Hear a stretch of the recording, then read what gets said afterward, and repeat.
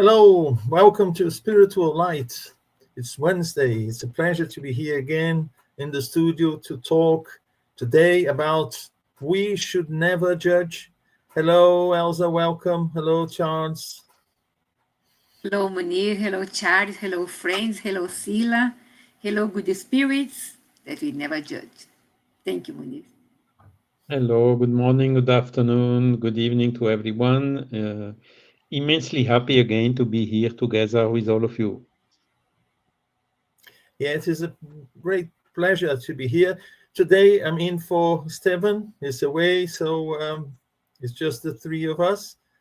But it's a very interesting subject topic once again. We should never judge. And why should we never judge? Let's hear what Elsa has to say about that. Why is it so important not to judge, Elsa? Because first, Spiritism, that we are Spiritists, but Spiritism is a guideline for the universe. Teach us that every soul is on a journey. Every soul is on a journey. You don't know. You have one side of the prisma that you don't see the prisma, the entire border. Right? So this journey is learning, evolving, and healing through countless experiences. Everyone has our own path to go through. So judgment leads to pride. That is totally against charity. When we judge others, we place ourselves above them, which is a form of pride. Spiritism teaches humility. Recognize that we, too, are imperfect spirits in need of learning and forgiveness. Why we that are here and try to judge others? That is not our task to do that, isn't it? So only God sees the whole truth. And Kardec reminds us that humans can only see appearances. We cannot fully know another's past, their inner struggles, on the weight of their trials. Only God and the spiritual laws of justice truly know the intentions of the heart. That is Thanks, Elsa. So, Charles, your perception about the topic of today, we should never judge. Elsa told it very right. Who are we to judge? We would need some authority to judge. And do we have this authority? That's the first question we have to ask ourselves. And there are very good examples given by Jesus, when he was with the woman who has been taken in adultery, isn't it? And there it is written we have to stone her, and so Jesus arrived at that moment. So it was again, how to say, difficult situation for him, because either he would deny the law of Moses, or the lady would have been killed. And his reaction, he even wrote some letters in the sand with a stick, as it is told in the Gospel, which can be seen as an antique way of psychography. And his answer was really the best one. He said, "The one who has no sin should throw the first stone." And all of them went away. So this is containing the whole of this story, isn't it? Who are we to judge? So sometimes I ask myself, because we have judges in the courts. It's a profession. What is their authority? Well, first, they have a very bright, deep knowledge of the laws. And in fact, the role of a judge is to apply the law. He is not making a personal judgment. He's just looking to the facts, analyzing the situation, comparing with the law, and applying the law. So it's also not a moral judgment. It's not a profession. And this is exactly what Jesus told.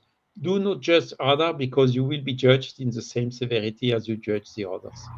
It's also the speck and the beam in the eye. So we see always the beam in the eyes of the other, but never the speck in the eyes of the others, but never the beam which is in our eyes. So that's a little bit about it. Yeah, I think judgment, when we judge other people, we are actually showing the amount of pride and selfishness we still have, because we place ourselves, as Elsa mentioned, above them, with the power of a judge, that we have in courts, considering that we know what we know is the right way to do things, to behave, as if we, had all the knowledge required to evaluate other people, their behavior. So I think, yes, it is. It shows a lot of pride and a lot of selfishness on the part of those who think they can judge other people. And, if we consider that we are imperfect, very much imperfect still, so our capacity of judgment in any situation is limited. We don't know everything involved in any situation, let alone to judge other people's behavior based on what we see. So what comes into context is how subjective is our perception of the world around us and the way people behave. Do we really have a perception of what they are doing? And there is a little tale, if you allow me to tell that. I like that very much. It's a tale, and the story goes like that. There is a couple, they move into a new flat. And from their kitchen window, they can see the neighbor. They can see the neighbor has a lawn. And basically every day or every other day, the neighbor goes out and hangs on the line the bed linen. And the woman, looking through the window, she says, oh, the bed linen seems to be dirty. Why is she hanging it? She should wash that before.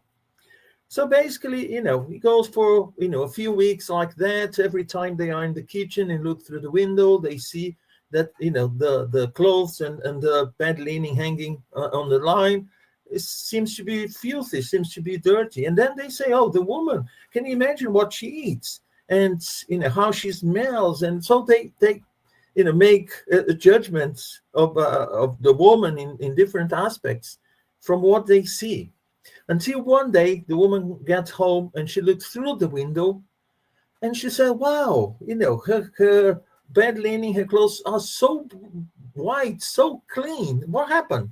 And then the husband tells her, "I got someone to clean the window."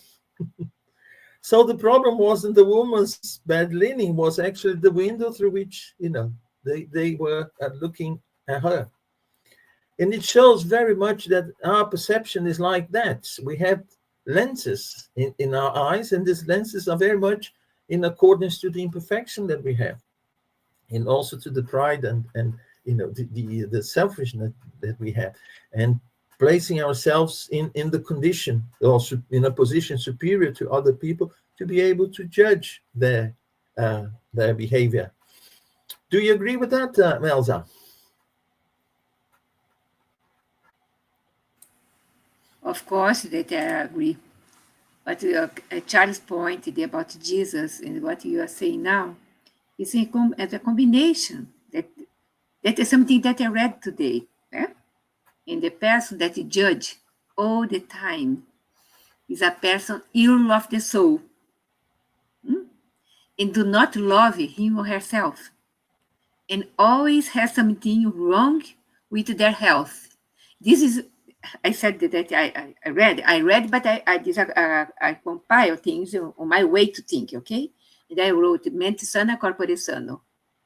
Because if you don't take care, when you tercerize things, you put in other people's hands, because you're not seeing yourself, you're not loving yourself, you're not taking care of yourself.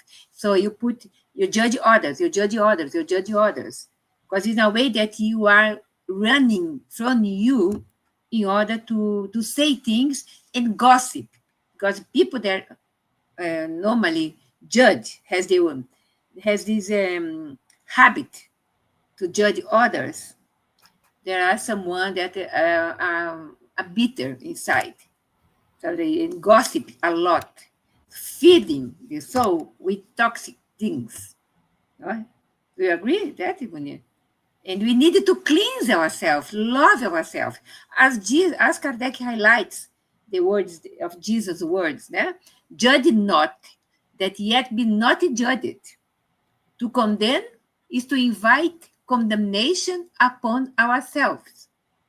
As you said, you see the blick, acho que Charlie said, in the other people's eyes, but don't see in your speck, in your other people's eyes, but you don't see in yourself.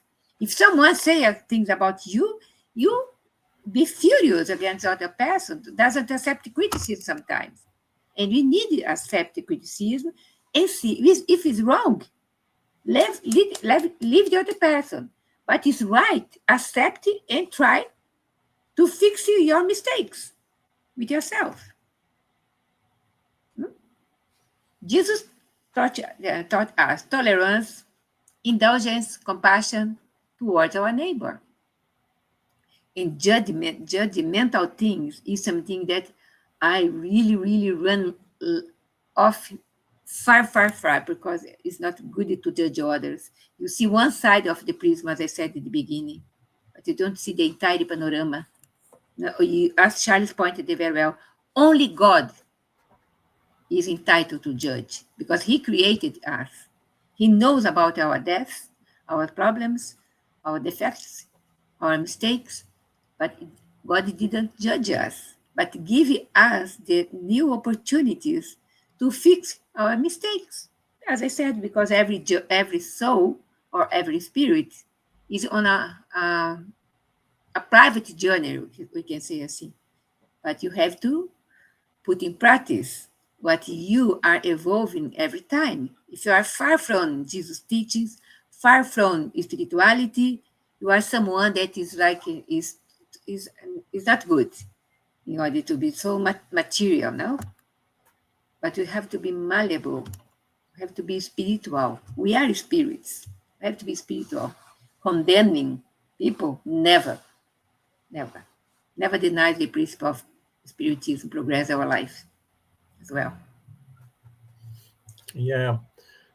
And some people also, they say when they analyze this situation, people who usually criticize and point the fingers at other people, that they are actually projecting themselves onto other people. So what they see is actually something in them that they don't like, but they want to hide. They don't have the courage to face that. What do you think, Charles? It's the speck and the beam. Huh? And Kardec analyzed this very well, because he wrote that a reproach we do to someone may have two motivations behind it. The first is motivation can be to suppress evil, and the second motivation is to discredit a person whose acts are being criticized. So the second one is really never an excuse. We should never ever try to discredit or to talk badly about someone or to project our own problems onto the others. This has never justification. Yet the first one has some justifications. When something is wrong or something is evil, what shall we do? Shall we stay? Oh no, I cannot judge, so I will stay quiet and not say anything. That's also exaggerated. And if you want to follow the example of Jesus, Jesus was talking quite strongly, finger pointing even to the Pharisees to denunciate their hypocrisy. And he did it with very strong words, isn't it? So he gives an example. Shall we follow this example? Of course, we can say, no, Jesus had an authority that we don't have. That's sure. But what do we do with our children when they do something wrong? We tell them. So we have to act when something is wrong. And in the Kardec went even further in the questions to Saint Louis, no, the spirit. He asked, can we, how to say, reproach something wrong to someone? And Saint Louis gave very well answer, very good answer. He said it depends on your intention. Again, as it was, if it's to discredit a person, no. But if you eyes in eyes with this person, try to make him understand that this person is doing something wrong, that's another thing. And he goes even beyond that. Can you tell it publicly, not only between four eyes, as we say in French? And Saint Louis says, again, it's a question of well understood charity. If this person is jeopardizing a lot of people, you should put priority on the lot of people being jeopardized and not on the one jeopardizing them. So this is even calling us to denunciate some people, a person who is mistreating children or animals or doing really something wrong, harming a lot of people. We should not stay quiet. We should even denunciate him to the police, or even when there are some forms of violence, denunciate him before there is a murder or something worse happening. You know, everything is a question of understanding well what is the purpose and the intention. Because if we hiding us because no, we should not judge. Huh? Give up completely our discernment, that's also not the right thing to do. When something is wrong, it's wrong. So we have to work in order to bring it to a better situation. And this happens everywhere. I mean, when someone or even some organization or whatever is behaving wrongly, we should not stay silent. Because Einstein told, amongst others, that the world is like it is, not only because of the people doing evil, but because of all the people seeing the evil being done and staying quiet, not reacting to that.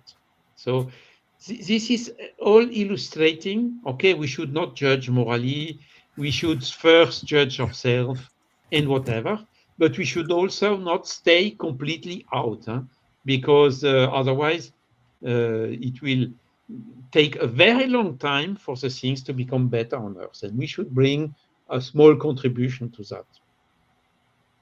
Yeah, well, I was going to bring into our discussion is actually the fact, that asking if we should condemn the behavior or if we should condemn people, and you just answer that, Charles, because we shouldn't judge people, but yes, we need to judge conduct. We need to judge behavior. Because as you said, if we don't do that, and if we don't act in order to neutralize the evil, then we are being complacent. And, so basically evil will just spread itself. And what are we doing here? So we are not putting forward what we believe, what we consider to be the right thing to do. But we don't fight people. We, as you said, we fight evil. We find what is wrong, of course, in the proper way. Fighting, when you say fighting, Munir, it's not fighting violently. No, it's fighting with arguments, with statements, but never ever with violence. No, fighting with our virtues, using our virtues, and through it, as you said, with arguments, with good behavior. Behavior is also a good way to to fight what we consider to be wrong. We have here with us, go on, Elsa. Then now, no, I was thinking, for example, a practical example, in our daily lives, okay? But for example, someone write things against me. They tell to others, Elsa is a liar, blah, blah, blah, blah, blah, blah, blah, blah. My role, as Spiritism teaches us, and Jesus teaches us, is a charity, not judgment. So I don't judge this person that is against me. I don't say this person is my enemy. No. I can say for me, it's not true what he's saying, so I don't be bothered. If it's true, as I said before, I put attention and try to. Even that, it's not good what the person is doing. But I don't know the situation of the person, the state of his mind, the financial problem that he has or she has, the marital problems or couple problems or family problems that he is facing. So I can diminishes the penalty that I should, perhaps in my mind, judge. I diminishes, I forgive, anticipating something, I forgive before. Otherwise, I'll pick up this rubbish and put in my shoulder. And I will be ill because my pride was hurt. Yeah? I'm not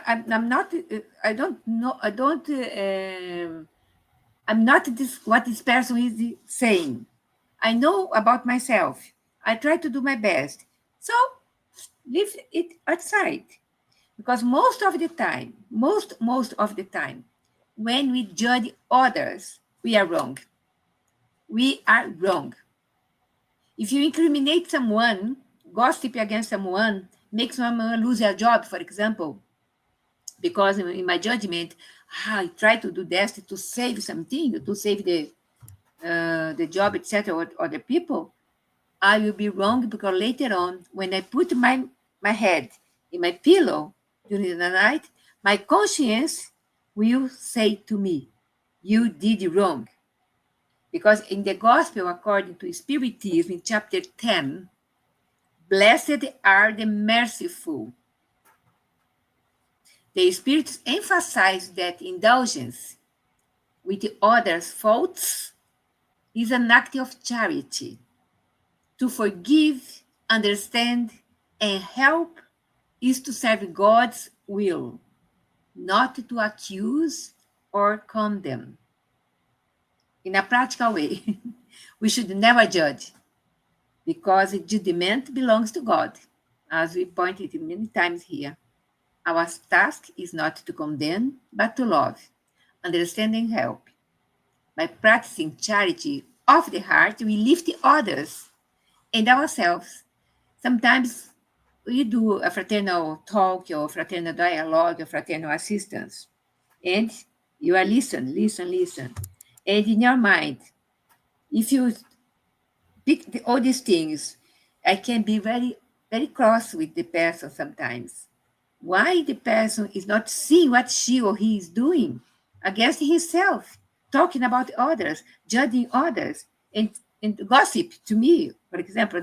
I think to me not to say other people, but my own way to live. The most important is when I go, then I don't mirror the person, but I say to the person, try to calm down and see the good points in the person that you are gossiping or judging, and point to good things, because everyone, even the barber, even the murderer, they have good things into their hearts that we can pick up and make a link with the benefactors in order to be helped. We are going so far from talking about these kind of things, but that's what I'm thinking. No, I think it's part of it, yeah. And some people say, in order for us to understand why certain people behave the way they behave, instead of just judging them, we should not only place ourselves in their shoes, but that is not enough, just because then we would be judging or evaluating a situation from our perspective. You see, our lenses, our eyes looking from their shoes, but still evaluating their reaction or their action, actually, according to our perception of things. But we have to go even deeper. And have we gone through the same experience they went in the past? Are we in the same situation and under the same conditions that they are? oh, I can face that very easily. But can they? What's their background? What have they suffered before that? So that's why when we judge, we never have all the elements in order to make a good judgment. As Charles said, as a judge in court. A judge in court, he has to know the law from top to bottom, every one of those, and shouldn't get involved emotionally. He should just analyze and say, is it according to the law or not? And not just say, oh, I believe, I think, oh, someone told me that. No, he has to, get to that. So for us to do that in terms of people's behavior, people's acts, we need to know a lot about what they are going through, their previous experiences. We don't know. So, and Jesus was very wise when he said, don't judge. He gave that piece of advice to the ones judging, because he could have said, oh, forgive those who are judging you, because they know they know not what they are saying. You see? No, but he said to the ones judging. Why? Because with the same ruler that we judge other people, we are going to judge ourselves. We know, for instance, when we get to the spiritual world and finally decide to face ourselves, our shadows, our imperfections, then we are going to judge ourselves. Our conscience is going to judge ourselves. How? With the same strict way that we judge other people. I may not face my imperfections when I judge other people and even feel the pleasure of exposing them. Oh, you see, he was caught. I was not. I'm hiding. My imperfections, my shadows are there, hiding. And no, but I would probably behave in an even worse way. But when I finally face that, my conscience is going to judge me with what measure? The same that I used to measure other people. So that's why Jesus told us who judge, don't do that, because you will be judged by the same measure. And who is going to judge us? Ourselves. So it is actually not to judge other people, it's a therapy for us, and not for those who are being judged. They may well understand themselves. They may even be superior to us in spiritual development. And they have the courage to expose their imperfections, something that we haven't. And I hide my imperfections, and I'm the first one to criticize other people because my imperfections, they bother me, but I don't want to see them. I don't want to accept that. I don't want to face them. I don't want to trouble myself to get rid of them. And then when we see someone who shows very clearly, oh, I can't do that. No, I'm not very reliable, so don't trust too much. And so the person is showing who he or she really is, and is not hiding that in the shadow. Whereas we, ready to criticize everyone, ready to gossip about everyone, we are in fact suppressing our imperfections. And as Charles mentioned, when they wanted to stone a woman accused of adultery, and Jesus said, the one who has no sin cast the first stone, meaning who is the perfect one here? Who is the one capable of making the right judgment and then, giving the punishment to her? And then went away, showing that, well, we are imperfect, very much imperfect. How can we put ourselves in a position of judging other people and their behavior? You see? So, yes, he was actually doing something good for those who judge other people and not for the ones judged. And you can raise a lot of other questions, isn't it, Munir? If the woman committed adultery, there is a man also who was there. Indeed. Where is he? Is this fair? It's not, of course. It's not fair. Yeah. So these are all the things we need to take into consideration. Huh? Do we, as you told, we are not perfect. So sometimes the people catch us hey, but you did that or did this. So how do you react when someone is finger pointing you? What is the best reaction? To shout or to go on the same level? It will be immediately a fight. What is best also a reaction which is not best is you lose completely your self-esteem and go into deep depression. It's also not good. Yeah. So the best answer is to say, yes, indeed, you are right, to be honest with ourselves and with the other, and then trying to find out, okay, I'm not perfect. I did a lot of mistakes in the past, but I'm doing efforts in order to stop doing these mistakes. Or there are some mistakes I did in the past that I don't do anymore today. Is to answer honestly, because nobody became perfect from one day to the other. Only God is perfect. So we have all these imperfections, and this we have to be totally aware. We have all, maybe not a beam, but at least a speck also in our eye. So we have to have this present in our mind all the time. Because if you do what you condemn in the other, you lose totally your authority, isn't it? Do what I say, but don't do what I do, we say in French. I think it exists also in English, isn't it? Yeah. You lose totally your credibility. And with reason, with good reasons. So that's also what is behind it, okay? We need to be humble. We are not perfect. Some things we understood already. We can maybe help someone in stopping doing evil in one or the other way. But at least we need a little bit authority. If we want to help someone in stopping doing something bad, if we do this thing bad, it doesn't work.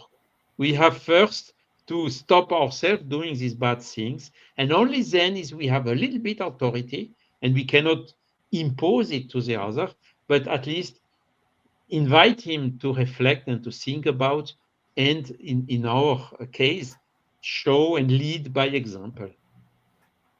That is what Yes. gives us the authority, not to judge, but to help the others in stopping doing bad things. I think Charles already answered some question.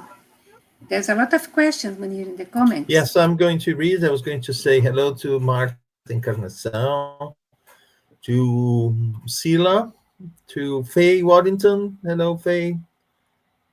Who else is here with us? Juana. Also, so let me start with the first question first. Here, Sila said, because in Spiritism, we believe in past lives, we cannot judge others because we probably committed the same or worse mistakes in previous lives. It makes us immoral beings when we judge. Yes, that's what we've discussed. Indeed, we have a lot of imperfections, and to consider ourselves above other people, to be able to judge them. And as you said, Charles, people get furious when they are caught in one of their, or one of their shadows is exposed, and they react in a total denial, or they get really aggressive, when they are caught, because they deny that they have that. So they are the first ones to judge other people, you see? And all of a sudden they are caught in the same, or even worse, as Sila said, mistakes, and wow. And of course they lose the credibility as well. And we have a lot of examples of this in the modern Pharisees, isn't it? Indeed. Yeah. In France, there is a recent episode which is quite interesting. No? Some political leader, I will not give the name, saying, when someone is caught in doing something which is not correct, he should be forbidden to candidate for any election for the whole life. And guess what happened? That person was caught in doing exactly such things and is now claiming why did they condemn me for only 5 years ineligibility? So it's a very good example. But Yeah. what I think also amazing is the people, they don't see it sometimes. Say we are good, maybe good, too good, maybe sometimes we forgive, we forget the things. But we should be a little bit more, how to say, as Einstein Rigorous. told, so let's be more rigorous. Yeah. Sorry, you were caught, you told it, so now please take responsibility upon what you did, and that's it. But no, the people, they go, they deny, and no, it was not true or whatever. Well, at the end, it's the pressure. When it gets too big, they disappear. But it takes time, and that is, how to say, one of the biggest problem we have in the world nowadays is corruption. So we should not, how to say, stay silent in front of corruption. We should really denunciate it, finger point it. When you see the misery in the world, we have something like several hundred millions of people who have not necessary food daily or water to drink or whatever. And when you check in which countries you have most of this population, it's also the countries with the highest rate of perception of corruption. So corruption is something that we need really to fight against. We have to be merciful, we should be full of tolerance or whatever. But again, when you have 100 million of people uh, starving because of some corrupted people, you should not stay silent. You should see the interest of these millions of people before seeing the interest of those who are really, in an obvious manner, being corrupted.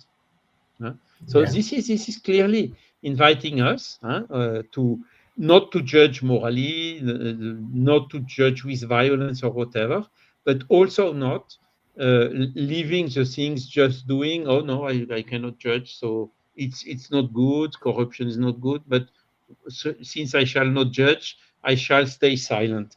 That's all. It's not like this that our world would progress. Yes, indeed, Charles. Yeah, because one thing is not to accept certain partner behavior, and the other thing is actually not to accept people, because Voilà. we should not judge people, but we should evaluate and, of course, work towards eliminating what is wrong. We have to eliminate what's wrong, not to eliminate people. As we said, not to fight people, but to work against what is wrong. Otherwise, things will never change. The example I gave, for instance, what would be the best behavior when someone is caught by facts, evidences in doing something wrong? If the person denies, how can you trust such a person? But if the person says, yes, I admit, mea culpa, no, and moves away, that's then totally different. It shows some very good aspect of that person, albeit the mistake this person has done, because this is important. God does not want us to suffer or to be condemned or put in jail or in hell or whatever. God wants us to become better, and that is a way to evaluate also how the person are behaving when they are caught in mistakes. Yeah. We have one Because more Ila is right. question, In I the think. past, we have been probably also corrupted. Oh yes, all of us. Yes, as Sila mentioned, we don't know our past. We know we were worse than we are today. That's Exactly. for sure. And even worse But than what we are condemning today. yes, who knows? Yes, indeed. And perhaps we are condemning something in other people that we don't have the courage to see in us. That's why Exactly. we shout, and condemn them. Sila again. Oh, guy, I will now mix the pot is always ready. How about when we have intuitions about someone in a negative way, for example? I feel that the person is up to no good and we avoid the person. It is, sorry, how? A very fine line between. Yes, a very fine line between following your intuition and judging someone. Does anyone else or Charles want to answer, I Silvia? think there is a continuation. Okay, let's. How do we keep our thoughts clear from mixing our intuitions against negative and not judging someone or our intuitives? Pray. Don't jump in conclusions without really pray. Make a silence. Ask benefactors help you to do less mistakes, because we do mistake anyway, but we can diminish some mistakes, and really be careful with the judgmental thoughts, because only God knows about us. You don't know entirely about the others. I don't know about the others entirely, because a lot of things, and we see good messages from the benefactors. A man was in front of a window full of sweets. A poor person with the hugs clothes, and he was seeing, and someone said, "Oh, he's preparing to go there and stealing things." So people are around and took said to him, "Go, go, go, go away." And someone, the other side, was seeing what was going on, and approached to the person and said, "Why you are there?" Because today is the birthday of my daughter, and I would like to have something for her, but I don't have a penny. I stay all day long, try to find a job, a cleaner, do something. So the person entered in the bakery with the poor one and brought a lot of things for him. So one judged precipitately, okay, and another one went there and talked to the person. So the best way, if you are bad thoughts against someone or bad intuition against someone, perhaps is a bad spirit good, giving to you bad intuitions. So pray for the best, ask enlightenment in order, and if you are in doubt, don't do it. Don't say anything. Don't avoid the person. The person probably is in need of something, he needed to talk, and you can talk sometimes 5 minutes. You have already the panorama starting, showing to you what's going on. But I would like to, in this situation, I would do that. I myself. And maybe complementing, Elsa is right. Our intuition can mislead us. They are not. It can be something suggested by a spirit which is willing to harm you or that person on which you are feeling an intuition. Now, okay, we have to be pragmatic also. When you have to do something and to select someone to help you or whatever, you will naturally go in the direction of someone in which you have trust. If you have a negative intuition, the trust will be reduced. This does not mean that the person in which you trust is better than the one you don't trust. Because the thing is also not to judge is like this. Okay, I have a bad intuition, so I definitively classify this person as no way. This is also wrong. We should, okay, keep it. Okay, I had a negative intuition. I will put this in a kind of memory binder, whatever. Keep it and then observe. Continue checking the facts. Is this person really behaving according to the intuition I had? Or did I mistake myself? You have always to be open in all the scenarios, And sometimes it happened with me several times already. Some person on which I had not a good impression at the first sight, at the end revealed to be very good persons in which you can trust, So this is also the fact not to judge in the precipitation too quickly and classify some person in a kind of category on which this person is not. But of course, you cannot deny your intuition. So you have to take them into account in this global analysis. And of course, as Elsa told, asking the help of the mentors is also very advisable in such situations. Yes, and even if the intuition is genuine, why am I having this intuition? So you decide, is it for me to be able to act and do something good in being in contact with this person?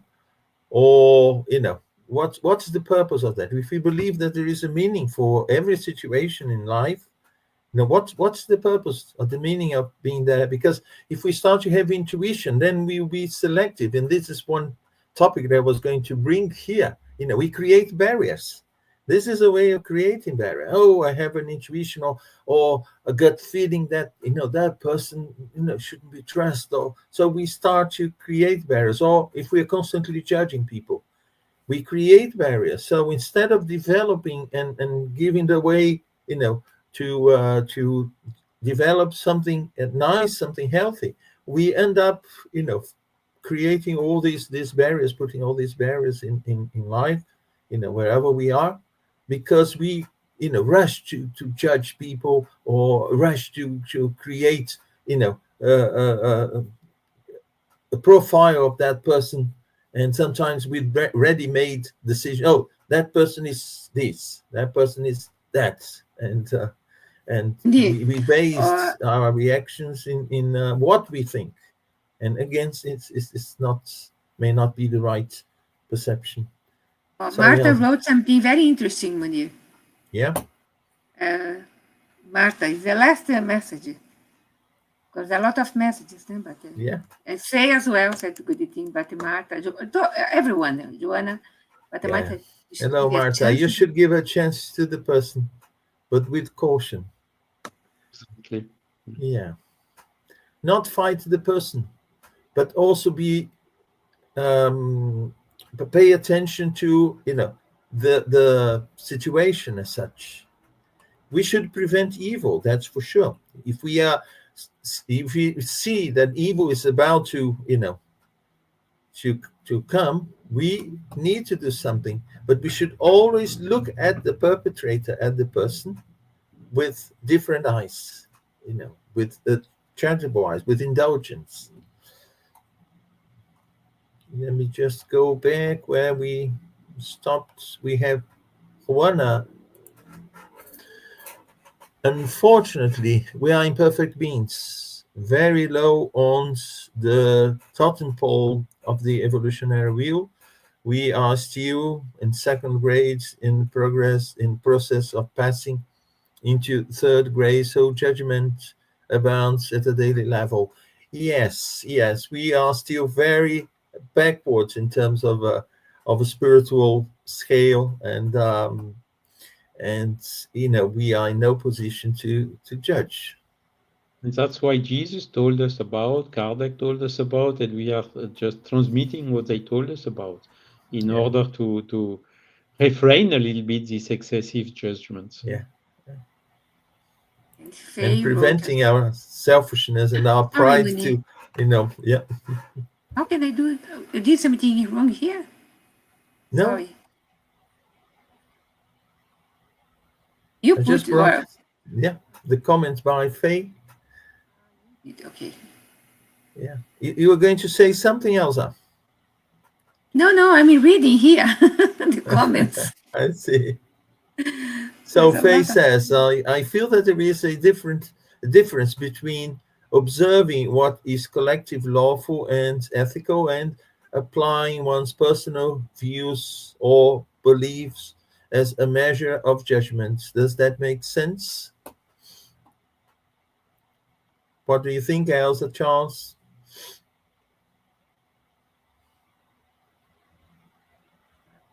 Yes, I mean, and in order, because we need to be capable to make difference, to discernment about good and evil, isn't it? And since we are not perfect, we are sometimes making mistakes in this discernment, in this evaluation. And that's why in the Spirit's book, amongst the first book that Kardec published, there is a third part about the divine laws or the moral laws or the natural laws. And this is, how to say, a very good guideline to help us to understand what is really, as Faye told, collectively or universally admitted as being good or admitted as not being good. Because the Spiritist definition of good and evil is good is always which is in harmony with the natural laws, and the evil is always which is not in harmony with natural laws. So we need to know the natural laws in order to discern what is in harmony, what is not in harmony, what is good and what is evil. And we need also to stay humble. We can be misled. Now, these moral laws that Kardec brought, he developed also in the Gospel according to Spiritism, comparing with the moral teaching given by Jesus. As I always said, we should have the Quran according to Spiritism, doing the same with the moral laws in the Quran or in the Vedas or in the Buddhism, wherever, because all these moral laws are consistent among themselves. And that is what you have to seek, this universal concept of what is lawful and ethical and what is not. And that is then helping us in evaluating a situation. Is it really in line with all these universal moral laws or not? And there are some elements we have already where we cannot make mistakes so quickly. If someone is behaving egoistically, selfishly, or if he's behaving with charity, with goodness, it's very difficult. We will make a mistake in such evaluation. So this is, of course, Faye, it makes sense, yes, to seek what is universal rather than trusting only our personal views on it. Good. I don't know if I answered the question, but I think that's it. Yeah, we are running out of time, so we haven't got time to read all the other comments, but I want to thank Stila, Marta, Werner, Faye for their comments. They were very active here, participating a lot. That is good. Really good. It's a shame. Yeah, we are running out of time, but I want to thank all of you very much. Let's go to our announcements now. Right. We have the series Ernesto Bozano 2025. This first Sunday of September, which is the 7th of September, we will have the talk by Dr. Shani Martin. She'll talk about the work Thoughts and Will from Ernesto Bozano. That is on the 7th of September, 7 p.m. So I hope you be with us there. If not, you can always watch later. Next week, Spiritual Light, we bring here our dear friend Dan Assisi. He'll be talking about caring mind, body, and spirit. So I count on you all to be here with us to make all these wonderful comments, please. So see you all next Wednesday. On the 22nd of September, 7:15 p.m., the Allan Kardec study group invites you for the talk Overcoming Effective Challenges by ERC, and the lecture will be in Portuguese but with English interpretation. So all invited. I also invite you all to watch the talk given by Edir Paixão. That was on the 30th of August. It's entitled Valuing Life, and Buzz invites you to watch it, because it's part of the Yellow September, the month of suicide prevention. So please, it's very, very nice, very interesting. So spend some time and watch it, please. I'm sure you'll not regret. We have a study group, has just started again for the second time. It's the Medium's Book online study. every Saturday, 10:30 a.m. UK time. It's coordinated by Charles Kempf, who is here with us, Guilherme Dias, and myself, and all invited. So we use Zoom platform for the study. Everyone, welcome.